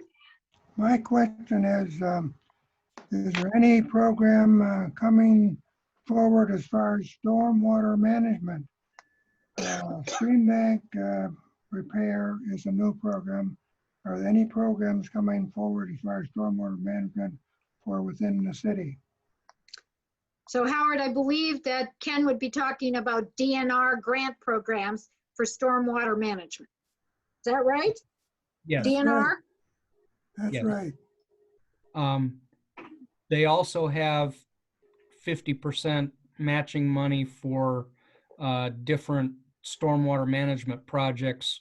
For example, if we wanted to do ponds in different locations or things of that nature, we can apply for grants like that. What's the total that we can cost share on? I would have to look. I'm not sure which. I think there are two different programs, so we can cost share on different ones. Dan might know. Ken, I believe it's about the same amount of money. It's a 50-50 grant to matching funds for a total project cost of still around that $300,000 range. I'd like to see a listing of which projects you think are most desirable to be done as far as stormwater management. And I believe that we talked about Ken doing a work session on actual stormwater management. This is stream bank stabilization of the Roundtree, which is a little bit different, but yes, water related. And if I remember correctly, Adam, we had talked about doing the stormwater management work session in May. That is correct. Yeah. So maybe the first, or I don't remember if it was the first or second meeting in May because I don't have my schedule here. Yeah, it's one of them for I remember sure. it being in May and thinking that's actually a pretty appropriate time to be talking about stormwater management because we actually might have storms then and see where that water runs. So, this is not an action item, Howard. It appears what I'm hearing is 2, 4, 6, and 7. And we probably should go ahead and I believe those were the priorities, 2, 4, 6, and 7. And I think it pretty much gets to almost $300,000, close enough. So that we should probably go ahead and make that our application. Barb, that would come to 337,615. 337. 615. Yes, So those- it would be so over somebody's 300,000. So somebody's gonna have to put a sharper pencil to some of that.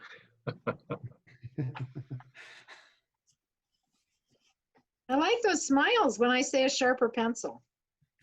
Okay, anything else on the Roundtree Branch Stream Bank Repairs Grant? I'd like to ask a question if I could, Barb. Sure. Go ahead, Bob. Dan, I think I may have asked this when we were out at your place a month or so back. Is there any detriment from the piecemeal nature of band-aiding this a little bit at a time? Is there any danger to the long term for the river? And also, I guess I'd like to, hear your opinion of the comparison of doing it as separate piecemeal projects versus, doing it all in one in the planning grant, if that's the way I'm understanding it. Yeah. I don't believe there's going to be any detriment to anything by piecemealing it. What we've identified here are critical areas where there's, slope failures, extreme erosion, potential damage to property and or other items. For example, site number 4 is near Valley Road. So if there's any more washout there or eroding of the bank, it could cause problems for Valley Road. That's why we selected also site number 2. The fishing pier there is, getting severely undermined. There's also a sanitary sewer crossing in the stream there that's being exposed. So these projects that we've selected, we feel that are, they're very important just because of the nature of the erosion in those locations. And even if we had an overall plan, maybe these areas probably would be top priority. And just instead of just doing little spot areas, they might be a little bit larger. I don't think they're going to be detrimental to a long range plan. They'd be identified as probably high priority. And I can see that if a long range plan was created for the Roundtree branch, you would break it up into priority areas such as these. And then the next phase would be, what areas do we want to look at because of a combination of stream bank, erosion, and or aesthetics. So that you kind of work together on trying to repair and try to clean up as well. Thanks. Does that answer your question? Yeah. Also, forgive my ignorance here. I think this is for Howard, but the matching funds for that come along with the grants, those all come from the city? Or is there some involvement with some of the properties that come up to the river and the trail? That's actually more of a question for council as to how they want to do it. When we got the easements for the MPO trail, part of that was that the city would be responsible for repairs to the trail and things of that nature. So if I were one of the adjoining property owners, I would argue very strongly that it's the city's responsibility. But the council does have the ability or the authority to, look at the adjoining property owners for cost share if they so desire.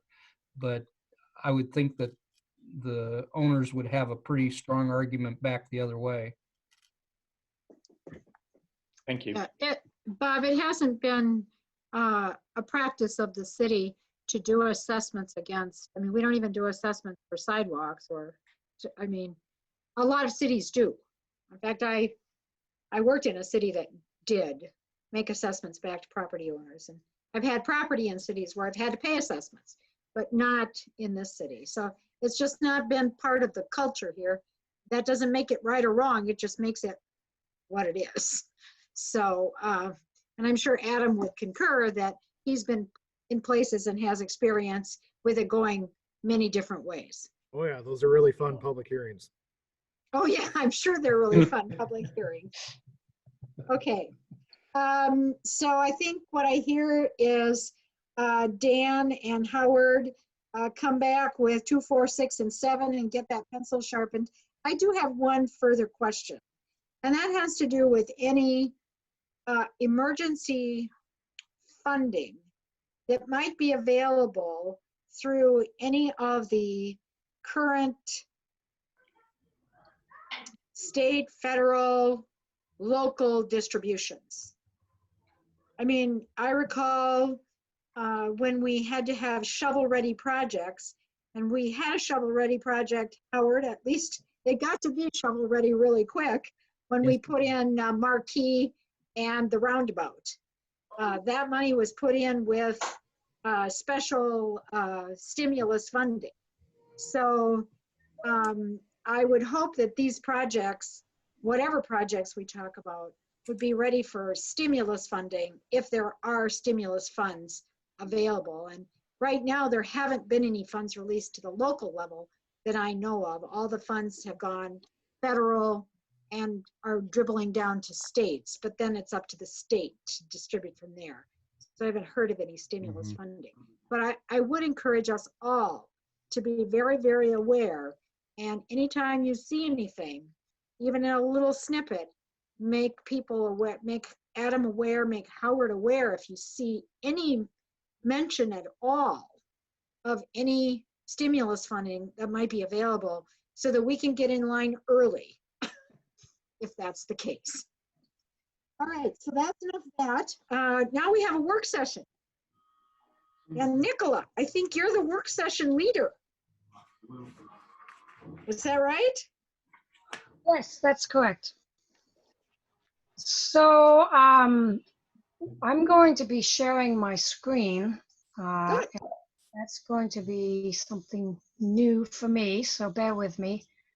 And I think, Adam, do you have to allow me to do that, or can I just do that? That will probably be Barb as the host. So how do I do that? One participant can share at a time.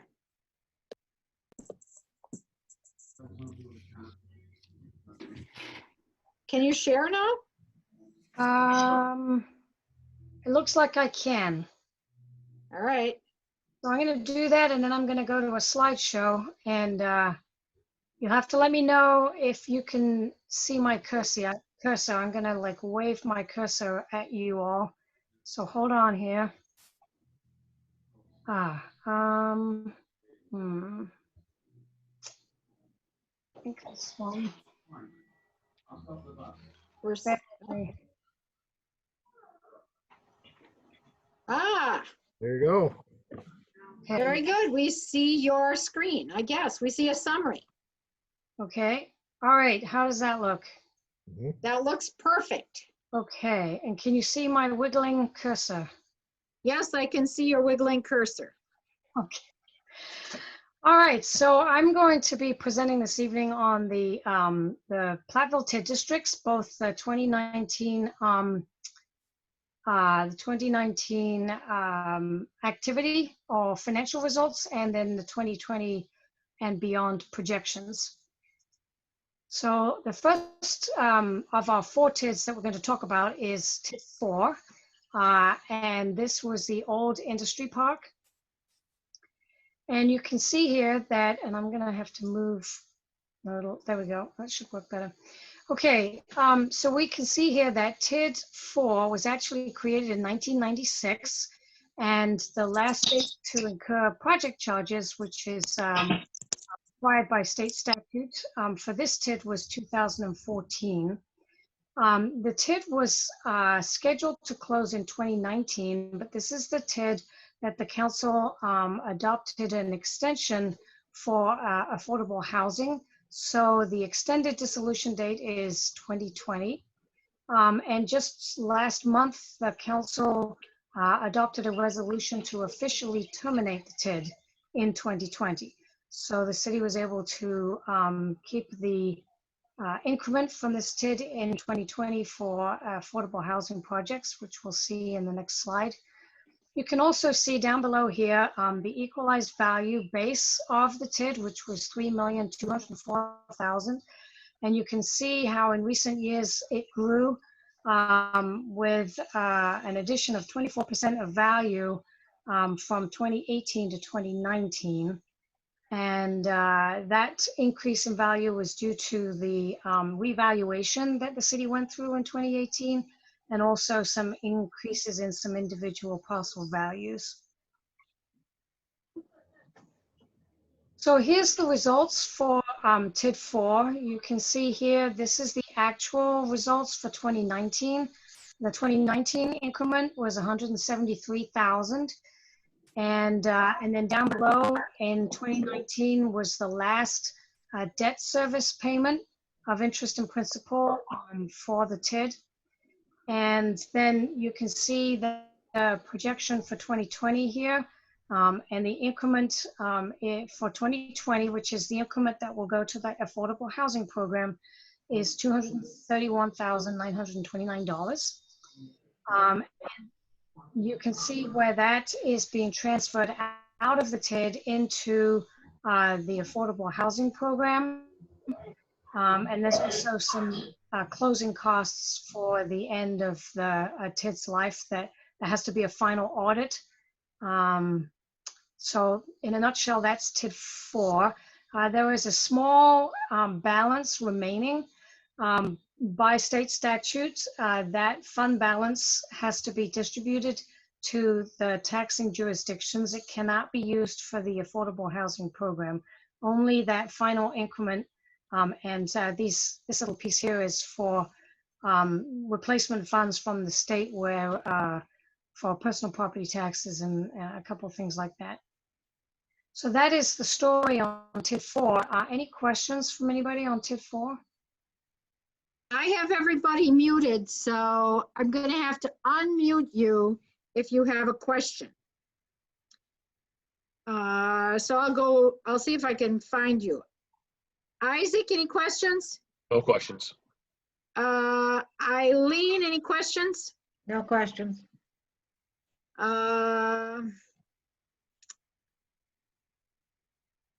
Kathy, any No. questions? No. Jason, any questions? No. Robin, any questions?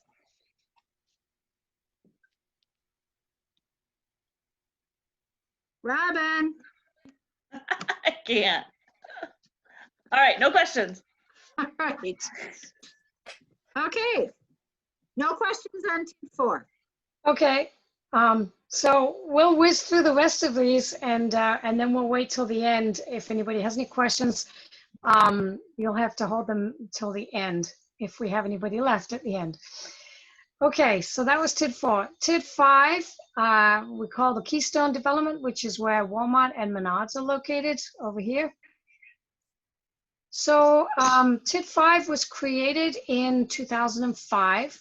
The last date to incur project costs would be actually this year in June. And the dissolution date is planned for 2025. There is a 1-year extension potential for this TID, which would be the same affordable housing extension, although the state did or has a proposal. It got kind of sidelined by COVID-19, but there was legislation proposed that would refine the criteria and the measures used for the affordable housing extension. So that would be something that the council would need to look at as we approach 2025 as to whether or not there was a need for affordable housing according to those new definitions, and then that decision could be reviewed and made at that time. Down here you can see the base value of this TID was $29,500, and the value now as of 1/1/2019 was $40,436,600. So this is a prime example of how TID is designed to work, where you have property with very little value, and the value is able to increase substantially, increase the overall tax base of the city once the TID closes. You can see here that in 2017 there was a reduction in the TID value due to a Walmart value adjustment. Walmart requested an adjustment in their assessed value. The city chose to settle with Walmart at that time. Walmart has now, they have contested their assessment for 2018 and 2019 as well, and the city is in court with Walmart on those assessments, and that court case is in progress. The decrease you see here was due to a prior year adjustment that the Department of Revenue made, which stemmed from the revaluation in 2018. So that's TID 5, and then going to the results. So here you can see the actual 2019 results. So the tax increment for 2019 was $969,956. There are some shared costs now in TID 5, which includes a portion of the cost for the Platteville incubator and a portion of the contribution towards the Grant County Economic Development Corporation. Those are two of our economic development partners. And you can see the debt service that TID 5 pays, which is going to be paid off by 2025. And then also this purple highlight here at the bottom shows that TID 5 is sharing its revenue with TID 7. So whatever is not used from the increment for these other costs goes to TID 7 to help TID 7 cover its costs. And you can see that that amount will increase in 24 and 2025. And then when TID 5 closes, of course, TID 7 will no longer receive that funding. All right, so TID 6, which is the newer industrial area, the southeast area.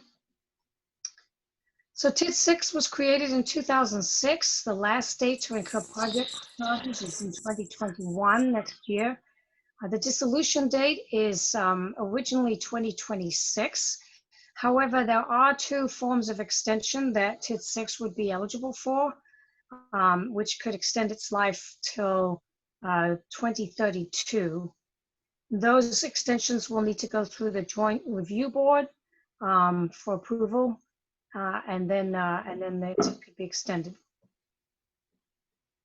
The value of TID 6 was $7,740,000. It's currently has a value of $33,345,000, and you can see the increases here. There was an adjustment to the ME Roth assessment, which decreased the overall TID value in 2016. We've had some new development or redevelopment in the TID, Hypo, Mountain View Dairy, and the revaluation also increased the value of the TID. And the UPSOX and Packet Commercial Office Building is in TID 6 as well.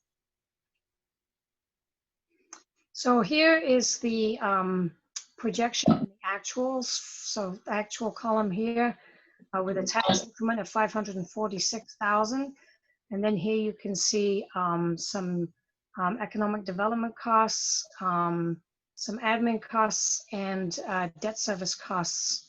But you can see here that there is an annual deficit that we can see from year to year. And as we learned in the long-range financial plan, the Ella's, our financial advisor, is recommending that the city provide levy support to the TIDs, to TID 6 specifically. I apologize, to TID 6 only, because of the shortfall in the tax increment versus the costs in TID 6. All right. And TID 7. TID 7 is our downtown area, created in 2006. Our last date to incur project charges is 2028. And the dissolution date on this district is 2033. It has a longer life because it's a blight district. And it also has the potential for 6 years of extension. Equalized value was originally $29,515,000 when the TID was created, and currently stands at $45,904,000. There was a substantial increase in 2018's value due to the library block project and the revaluation. The Ruxton assessment will not be fully added to the TID until this year, as of 1/1/2020, because the completion of that project was in 2019. But there was a small portion of the value of Ruxton that was included as of 1/1/19, because at that time the outer shell had been constructed. All right, so this is the actual results for TID 7. You can see here the increment of $395,000. Other costs associated with Ruxton, I believe. And then here is the revenue sharing coming in from TID 5. So you can see how that substantially helps the TID district. The lease payments down here are the lease payments for the library. And it was a part of the agreement that was presumed that the ownership of the library would transfer from the developer to the city after 8 years.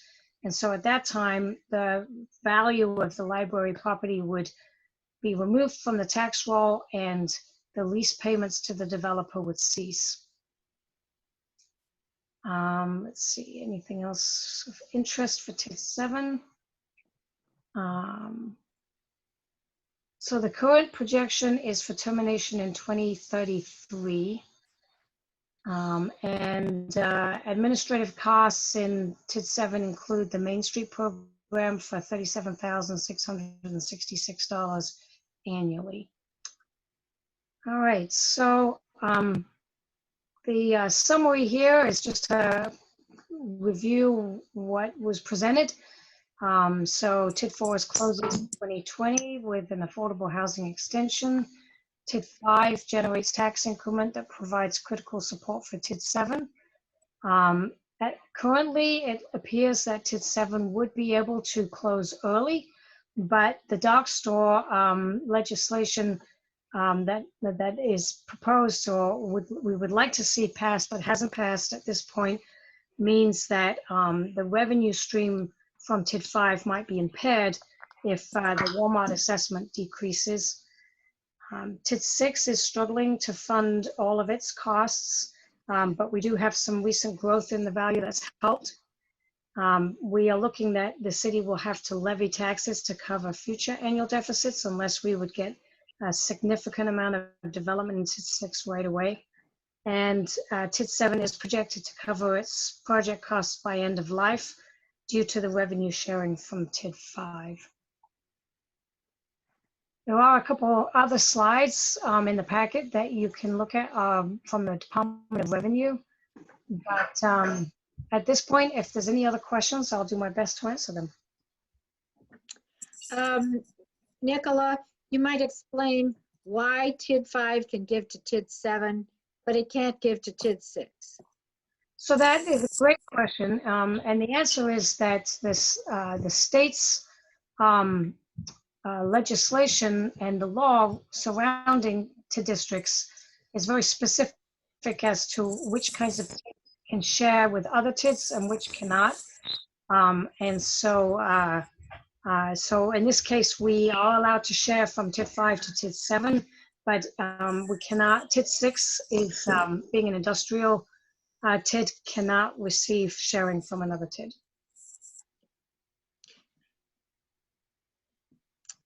Anybody else with questions? Jason, I think I saw you. Did you have a question? No question. Kathy? No question. Robin? No questions. Eileen? No, it's a good presentation though, Nicola. Lots of good information. Ken, any questions?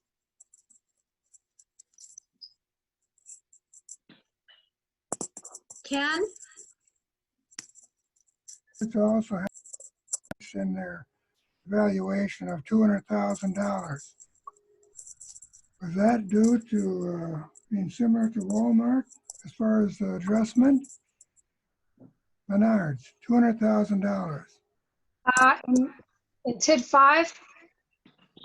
I assume it was TID 5.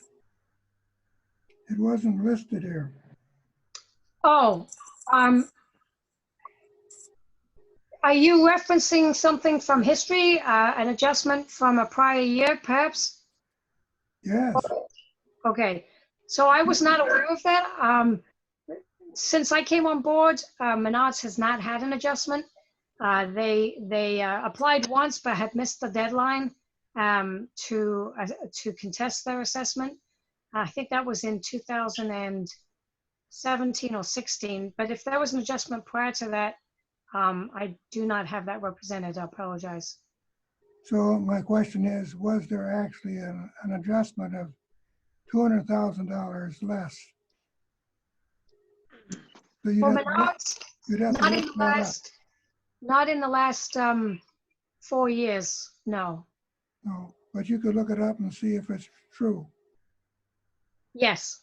Okay, is that, are these adjustments, Walmart 3.5 million and Menards, if that's true, are these due to the dark store? Yes, the Walmart value adjustment in 2017 was a settlement that the city made with Walmart. I think at the time it was thought it would be a one-time thing, and then the next year Walmart came back and contested again, and then again. So that is the dark store issue, where the big box stores, some of them are wanting their property to be valued as if it were empty rather than as a thriving business. Well, U-Haul is being used right now. Well, my question is, as far as, oh, I lost my thought on that one. Okay. My question is a political question. My question is, as far as support for removing the dark store issue, is this an issue that is supported more by Republicans versus Democrats, or supported by both Republicans and Democrats, so that nothing is being done, basically? Maybe Adam can answer that question. That's definitely above my pay grade. I don't know if we have enough time in the night for me to give you an answer on that one, but it should be a pretty short answer. it's a pretty short answer. Yeah, it definitely is it is politically driven. I would say the league and the majority of municipalities within the last 2 years have definitely lobbied very hard on both sides of the aisle to have legislation done. And it continues to be politically driven no matter what political party you're a part of. There are, it's the Wisconsin Manufacturers Association, or, you know, a lot of the big kind of retail conglomerates have some pretty big legislative groups as well. So it definitely is a political issue on both sides. Okay, thank you. But I would like to find out about the $200,000. I'll look into that for you, Ken. Okay, Nicola, I recall too that there was an adjustment for Menards at one point, and there might have even been an earlier one from Walmart too. So just look at all adjustments in that TID that might have been made. Isaac, do you have any questions? No questions. Okay. So I don't think we have any questions or any other comments on the TIDs. I agree, Nicola. It's a wonderful presentation. Robin? I was going to ask if she would email the presentation. Actually, it was in our packet. Thanks. Sorry. Yeah, it's in the packet, so it's there. Any other questions? Well, then I think it's 9:20, and we've been at this just a little over 2 hours. So I think I would take a motion to allow all of us to leave the meeting. I move to adjourn, Barb. Do I hear a second? Second. Okay, we have a motion by Eileen and a second by Ken to adjourn. Before we take the vote, you might recall that Adam sent an email earlier this week that we will have a special council meeting next Tuesday night, the 5th of May. There are 2 or 3 agenda items. We will have a closed session on one of those items. That'll be our first attempt at a closed session on Zoom. It should be interesting. But so look for information about next Tuesday night, May the 5th, as the next council meeting. And council appointments, pardon? What time was that meeting? 6 o'clock. 6. We have it at 6 right now. We can make it 7. Is the attorney going to be here? On Zoom. Yeah. Zoom. Zoom. So do we want it at 6? Yeah, it's up to you guys. We can have it at 6 or 7. 6 works for me. 6 is fine. 6 is fine. Ken, is 6 okay? That's okay. You don't have food anyway. Yeah, well, you can bring your own. Bring your own food. Okay, it'll be at 6 then. I need to make that change in my calendar, but at least we know it's next Tuesday night. So we have a motion and a second to adjourn. Candace? We'll vote. Nichols, Yes. Cop, Yes. Arts, Yes. Doss, Yes. Killian, Yes. Klein, Yes. Shanley. Yes. Motion carries. And thank you all once again. This is not easy for anybody, but I can't, it's really very heartwarming to see how well we can do this. So thank you all very much.